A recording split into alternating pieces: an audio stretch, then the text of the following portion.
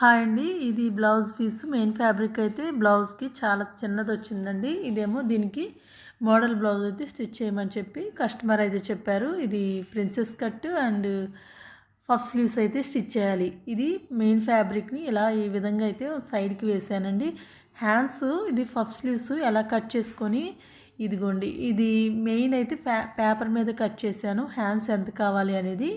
ఇది అయితే puff sleeves ఇది కుచ్చు పెట్టాలి. ఎక్కువ కుచ్చు పెట్టేసి అది మోడల్ బ్లౌజ్ అయితే స్టిచ్ చేయాలండి. ఇది చాలామంది కొత్తగా నేర్చుకునే వారికి ఎలాగా స్టిచ్ చేయాలి అండ్ మెయిన్ ఫ్యాబ్రిక్ ఎలా కట్ చేసుకోవాలి అనేది యూజ్ అవుతుందని చెప్పి ఇది వీడియో అయితే చేశానండి.